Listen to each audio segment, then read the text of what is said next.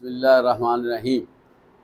عزیز طلبہ السلام علیکم۔ وعلیکم السلام۔ انا ہدیناہ السبیل اما شاکرا و اما کفورا۔ ہم نے راہ ہدایت دکھا دی ہے، اور اب جو چاہے شکریہ ادا کرے یا کفر کرے۔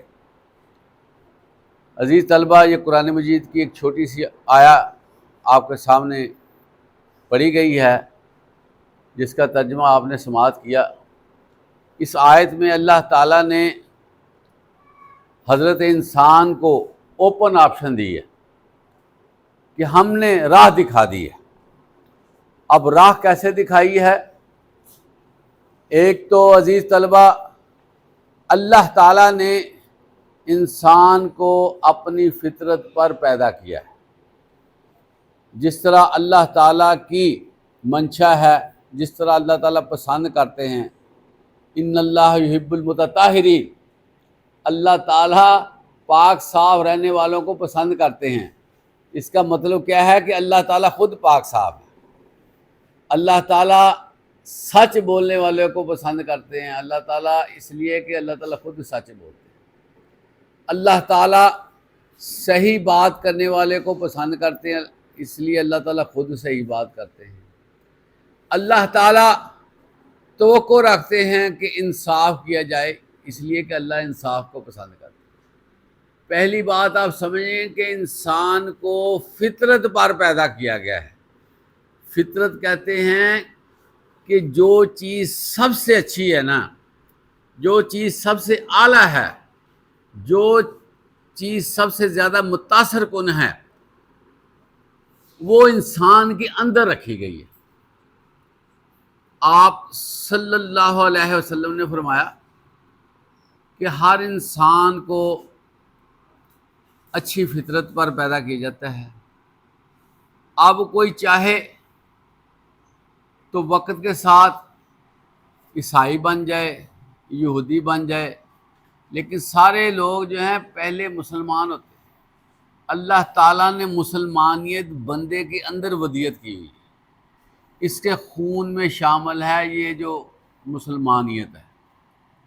اس کے بعد وہ جو چاہے اس کی مرضی ہے، وہ اپنے طور پر لگا رہے اور حق کے ساتھ جھوٹ کو گڈمڈ کر دے، جو اس کی مرضی ہے۔ اس لیے سب سے پہلے اللہ تعالیٰ نے یہ فرمایا کہ ہم نے راہ ہدایت دکھائی ہے، تو جسم میں ساری چیزیں اللہ نے رکھ دی ہیں کہ بندہ سے سوچ سکتا ہے کہ میرا وجود کس لیے ہے، یہ ساری کائنات کس لیے سجائی گئی ہے، اور مجھے کیوں بھیجا گیا ہے، میں کیوں دنیا میں آیا ہوں، میرا دنیا میں آنا کیوں ضروری تھا۔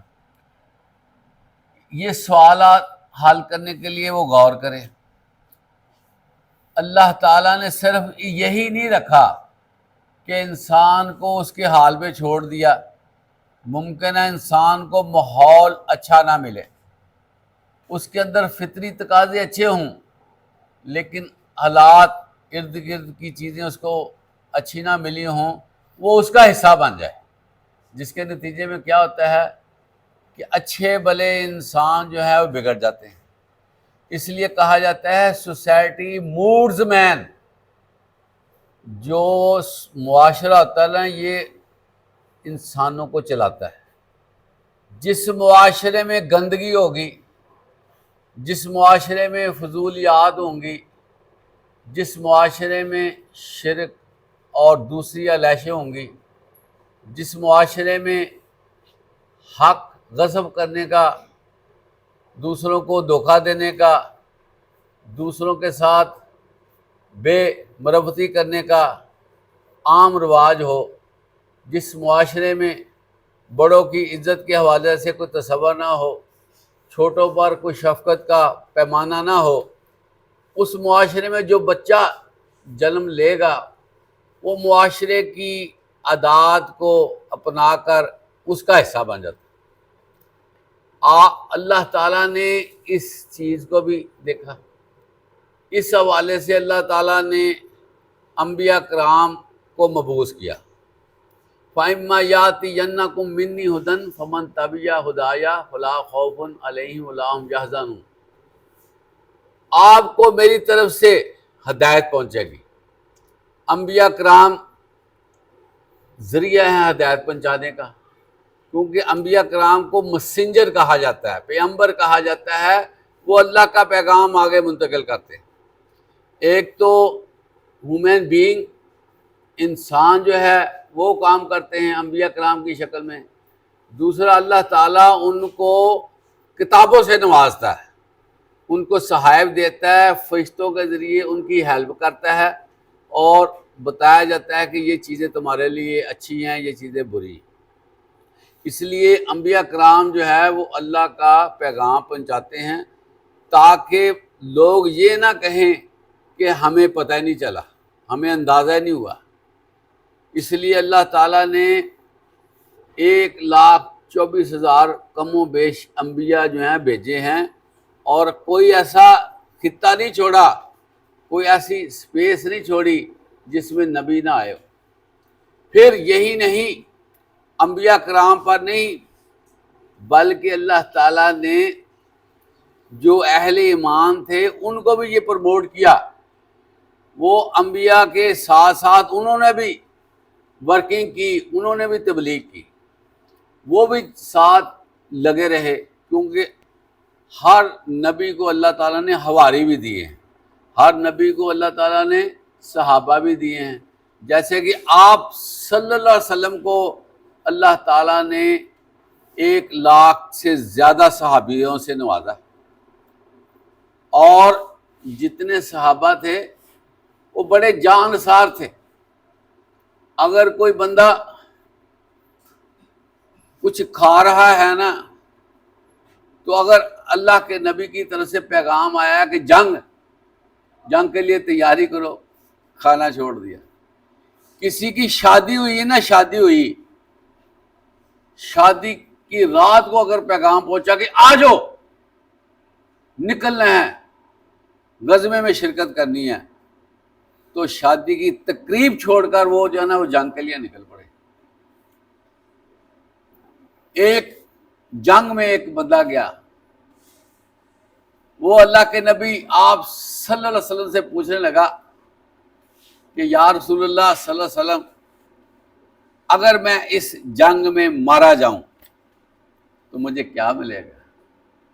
اللہ کے نبی فرماتے ہیں تمہیں جنت ملے گی۔ اس وقت وہ بندہ جو وہ کھجوریں کھا رہا تھا، جیسے بندے نے ہاتھ میں پکڑی ہوتی ہیں، ساتھ ساتھ کھا رہا، ساتھ وہ اللہ کے نبی سے یہ سوال کر رہا تھا۔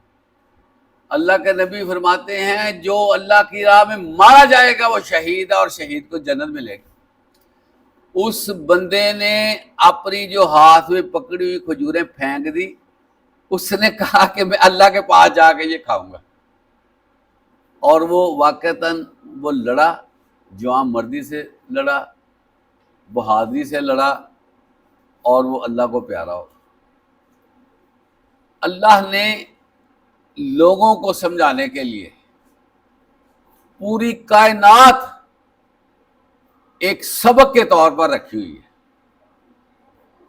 جتنی آپ کو یہ چیزیں نظر آتی ہیں نا، ان تمام چیزوں میں قدرت خداوندی نظر آتی ہے۔ چاند کی مثال لے لیں، چاند وینش ہو جاتا ہے، غائب ہو جاتا ہے، نظر نہیں آتا۔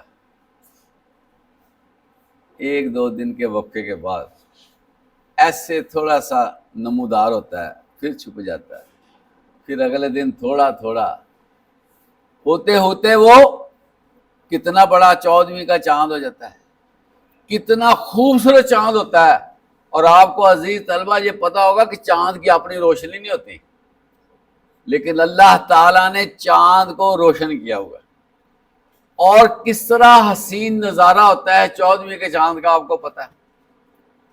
کیا یہ چاند صرف دیکھنے کے لیے ہے کہ چاند کو اس لیے دیکھیں کہ ہمیں اس کے بنانے والے کی جو ہے وہ یاد آ جائے کہ یا اللہ تو نے بنایا چاند؟ کتنی بڑی ہمارے ذہنوں میں یہ مشینری ہوگی جو چھوٹی چھوٹی بڑھتے بڑھتے کدھر جاتی ہے، کتنی بڑی ہوگی۔ پھر یہی نہیں ہے کہ چاند کو کھڑا کر دیا، آپ رات کو سوتے وقت چاند کو دیکھیں، صبح فجر پڑھنے کے بعد یا فجر پڑھنے کے وقت چاند کو دیکھیں تو وہ بڑا موو کر جاتا ہے۔ کون سی مشینریاں اندر فٹ کی ہوئی ہیں؟ یہ اللہ کے کمالات نہیں ہیں؟ سورج جو ہے کتنی زیادہ روزانہ کی بنیاد پہ توانائی خرچ کرتا ہے، کتنی توانائی وہ برن کرتا ہے، کبھی اندازہ کیا آپ نے؟ وہ جو توانائی برن کرتا ہے اس کو میسر نہیں کیا جا سکتا، سارے اندازے ہیں سائنسدانوں کے، اور کس ڈسٹینس پہ ہے یہ بھی آپ کو پتا ہے، کتنا بیلنس ڈسٹینس رکھا ہے تاکہ میرے بندے جھلس نہ جائیں، یا اس کو اتنا دور نہیں رکھا کہ سردی سے میرے بندے ٹھرتے رہیں، بیلنس رکھا گیا۔ اسی طرح عزیز طلبہ، اگر آپ پودوں کو دیکھیں، چھوٹا سا بیج تناور درخت بن جاتا ہے، چھوٹے سے بیج کے ساتھ کتنے کتنے پھل لگتے ہیں، ہر پھل جو ہے وہ الگ سے ذائقہ دیتا ہے، ہر پھل کی الگ سے شیپ ہے۔ اگر آپ انار کو دیکھ لیں کس طرح اس کو ساتھ ساتھ باندھا ہوا ہے، انگور کو دیکھ لیں کس طرح اس کو چھلکے کے ساتھ جو ہے باندھا ہوا ہے، کس طرح اورنج کو سلائس میں رکھا ہوا ہے۔ یہ کیا ہے؟ یہ ساری چیزیں جو ہیں یہ ہمارے لیے ایک میسج ہے۔ انسان کی باڈی دیکھ لیں کہ اللہ تعالیٰ نے اس کی تخلیق کیسے کی ہے۔ جتنی مخلوقات ہیں نا، سب سے زیادہ کمپلیکیٹڈ باڈی جو ہے انسان کی ہے، اور انسان کی باڈی سے ہی یہ ایجادات ہوئی ہیں۔ یہ جو ہم دماغ استعمال کرتے ہیں نا، یہ دماغ کو ریڈ کر کر کے نا کمپیوٹر بنا، روبوٹ بنے، اسی طرح آنکھوں کے حوالے سے لینز بنے، کانوں کے حوالے سے ساؤنڈ بنے، اور اسی طرح جو ہے وہ سرکولیشن کے حوالے سے دل سے یہ سرکولیشن کا کنسیپٹ لیا گیا ہے۔ کتنے کنسیپٹ صرف انسانی باڈی سے ہی ملے ہیں۔ تو یہ اللہ تعالیٰ کی قدرتیں ہیں، اللہ تعالیٰ کا انداز ہے یہ، اور اللہ تعالیٰ نے یہ جو جنت اور دوزخ بنائی ہے نا، یہ اللہ تعالیٰ نے پہلے اتمام حجت کرنا ہے، انسان کو ہر حوالے سے سمجھانا ہے، ہر حوالے سے، اور آخر میں یہ بات آپ دیکھیں کہ عزیز طلبہ، ہم کتنے زیادہ خوبصورت ہیں، ہم کتنے زیادہ اللہ تعالیٰ نے ہمیں اچھی شکل و صورت دی ہوئی، پوری مخلوقات میں لَقَدْ كَانَ لَكُمْ فِي رَسُولِ اللَّهِ أُسْوَةٌ حَسَنَةٌ، سیرت جیسی اللہ تعالیٰ نے ہمیں عطایا، آپ صلی اللہ علیہ وسلم کی سیرت بھی ملی ہے، اور پوری دنیا میں ہمارے لیے ہمارے جیسے مخلوق کوئی پیدا نہیں کی، جو صرف پاؤں پہ کھڑی ہے، ہاتھ سے کھاتی ہے، صاف ستھرا کھاتی ہے، باقی ساری مخلوقات آپ دیکھ لیں کیا ہے۔ اس لیے ضروری ہے کہ ہم اس چیز کو سمجھیں، ہم اپنے اوپر غور کریں، اور اللہ تعالیٰ کی جو واضح ہدایات ہیں اس کو ہم لیں، تاکہ ہم جو ہے نا دنیا میں رہتے ہوئے کامیاب ہو جائیں، اور آخرت میں بھی اللہ تعالیٰ ہمیں اچھا ٹھکانہ دے۔ آپ سے بات ہو رہی تھی جنت اور دوزخ کی۔ جنت جو ہے یہ اللہ تعالیٰ نے بنائی ہے ابد کے لیے، اور یہ جو جہنم ہے اعدت للکافرین، یہ کافروں کے لیے بنائی گئی۔ لیکن عزیز طلبہ، جو مسلمان ہیں نا، مسلمان اگر وہ گناہوں سے باز نہیں آتے، اگر وہ اللہ سے معافی نہیں مانگتے، اگر وہ ارکان اسلام پورے نہیں کرتے، نماز نہیں پڑھتے، اور اسی طرح حرام سے نہیں بچتے، اور اپنے آپ کو غلط راہوں سے نہیں بچاتے، ان کو بھی اللہ تعالیٰ نے فار دا ٹائمنگ ایک مخصوص وقت کے لیے ان کو سزا ملنی ہے جہنم، اور جہنم کی جو سزا ہے یہ ناقابل بیان ہے، سخت ترین سزا ہے، جس میں جو ہے جو آگ ہے وہ یہاں کی آگ سے 70 گنا سپیڈی ہوگی، اور وہ اللہ تعالیٰ فرماتے ہیں کہ اس کا جو ایندھن میں نے بنایا نا جہنم کا، وہ پتھر ہے اور انسانی چربی ہے۔ انسان کے اندر سے وہ آگ نکلنی ہے، انسان کے اندر سے۔ ایک ہوتا ہے آگ کا لگنا، وہ ٹچ کرنا، اس کا تپش ہونا، ایک ہوتا ہے اندر سے اللہ نے وہ کرنا ہے، اور آپ دیکھیں اس کی شدت کیا بن جاتی ہے۔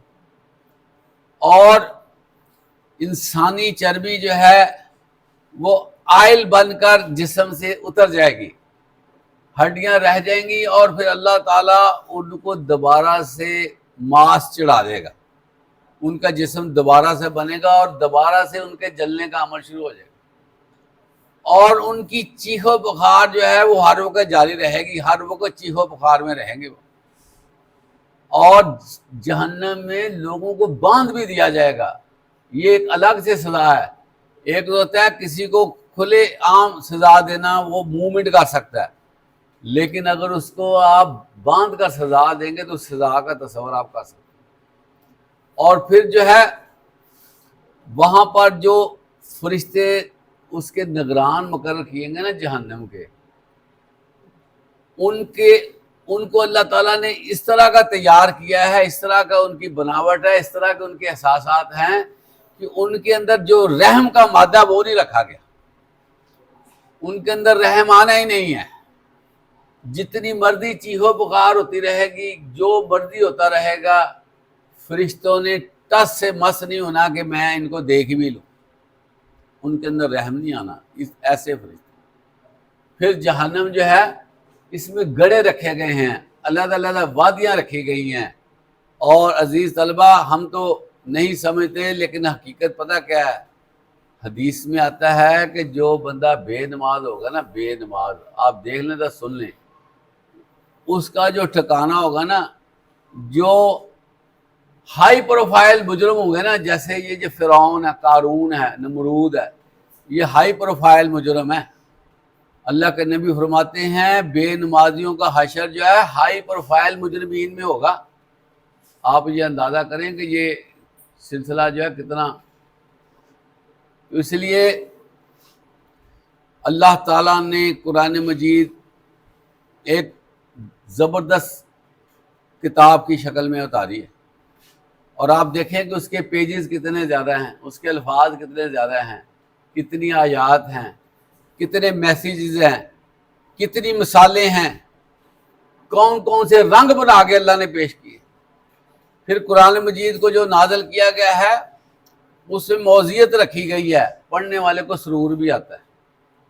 ہر آیت کا اپنا مزہ ہے، اس کی سمیٹری آیت کی، اور ایک میسج دیا، پھر دوسرا، پھر تیسرا، پھر آگے جا کر ایک اور میسج دے دیا۔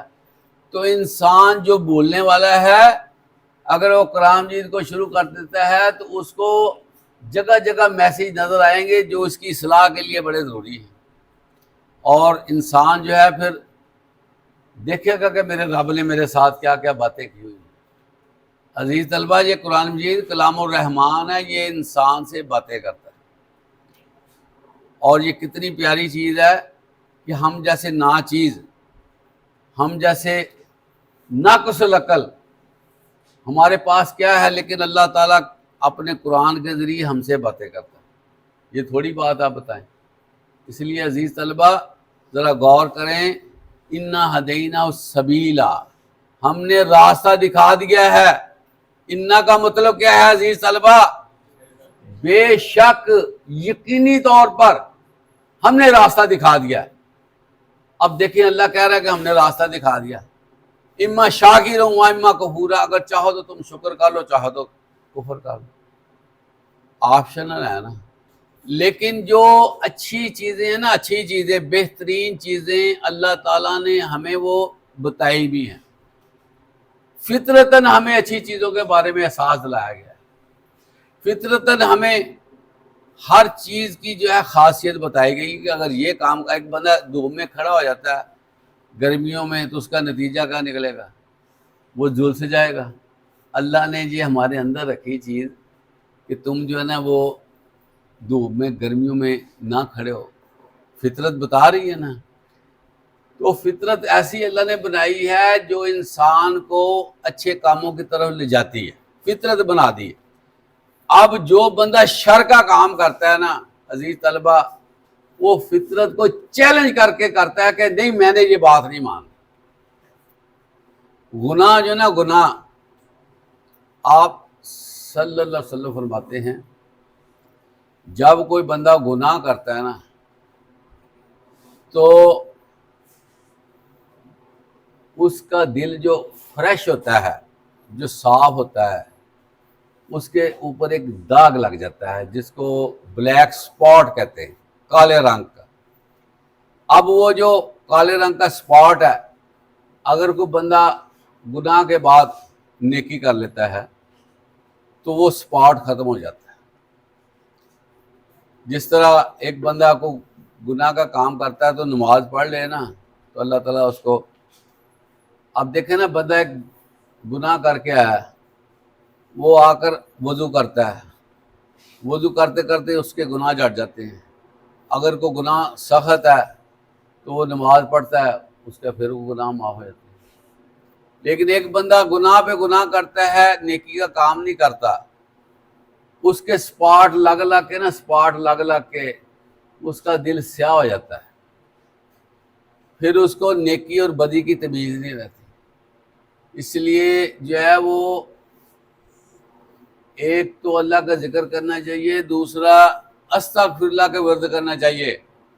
استغفر اللہ واتوب الیہ، یہ جو ورد ہے نا یہ عزیز طلبہ وہ جو سپاٹ باندھتے ہیں اس کو واش کرتا ہے. اس لیے اپنے دل پہ سپاٹ نہ بننے دیجئے. بعد میں ہمیں حق کا پتہ نہیں چلنا، بعد میں ہم نے دنیا داری کا حصہ بن جانا، جس طرح آج کل ہم بنے ہوئے ہیں. آج کل بہت سی چیزیں ایسی میں دیکھ رہا ہوں، آبزرویشن میں آ رہی ہیں کہ جس کو کل تک ہم بڑا معیوب سمجھتے تھے، آج سوسائٹی نے اس کو ایک کلچر بنا دیا ہے، ایک روایت بنا دیا ہے، اور نہ والدین کو پتہ چل رہا ہے کہ ہمارے ساتھ کیا ہو رہا ہے، نہ ٹیچرز کو سمجھ آ رہی ہے.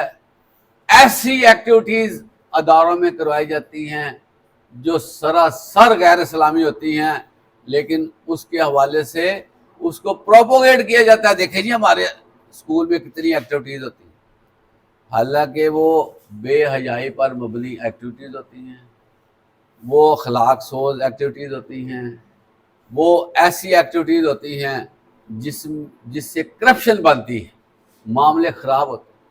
یہی وجہ ہے کہ تعلیم جو ہے، آج کی تعلیم ہمیں پاکیزگی کی بجائے ہمیں اور سسٹم میں لے جانے کی کوشش کرتی ہے. ایک بچہ اگر اعلیٰ تعلیم یافتہ ہو گیا ہے، اس کے اندر اسی طرح کی بے حیائی پھیلی ہوئی ہے. اگر اس کے ساتھ حیا والی، پردے والی اور خوبصورت باتیں کی جائیں، وہ اس کو عجیب سا سمجھتا ہے، یہ تو ریجڈ بندہ ہے، یہ تو عجیب سی باتیں کرتا ہے.